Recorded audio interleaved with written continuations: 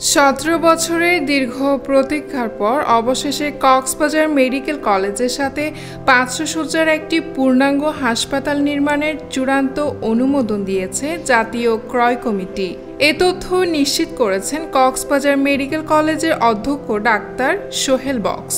2008 সালে কক্সবাজার সদর হাসপাতালের পাশে একটি অস্থায়ী ভবনের যাত্রা শুরু করে কক্সবাজার মেডিকেল কলেজ। 2017 সালে দীর্ঘ আন্দোলনের পর ঝিলংজায় নিজস্ব ক্যাম্পাসে শুরু হয় একাডেমিক কার্যক্রম। কিন্তু হাসপাতাল না থাকায় ব্যবহারিক ক্লাস করতে শিক্ষার্থীদের পাড়ি দিতে হয় 10 কিলোমিটার দূরের জেলা সদর হাসপাতালে। শিক্ষার্থীরা বলছেন, আধুনিক নাম থাকলেও নেই আধুনিক সুযোগ সুবিধা। আছে মাত্র 2টি সাদামাটা বাস, নেই পর্যাপ্ত শিক্ষক, আবাসন সংকট তো আছেই।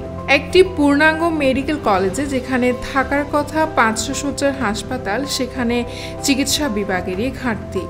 চিকিৎসা সেবার ছোঁয়া মেলেনি 14টি ব্যাচের একটিতেও। নতুন এই হাসপাতালটি হবে 10 তলা বিশিষ্ট। অন্তত 20টি বিভাগের চিকিৎসা সেবা অন্তর্ভুক্ত থাকবে, যা বদলে দেবে কক্সবাজার মেডিকেল কলেজের বাস্তবতা। অনেক বাঞ্ছনার পর এবার আশার আলো দেখছেন সবাই।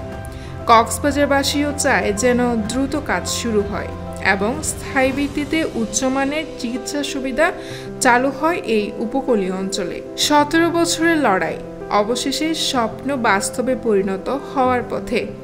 এখন অপেক্ষা দ্রুত বাস্তবায়নের।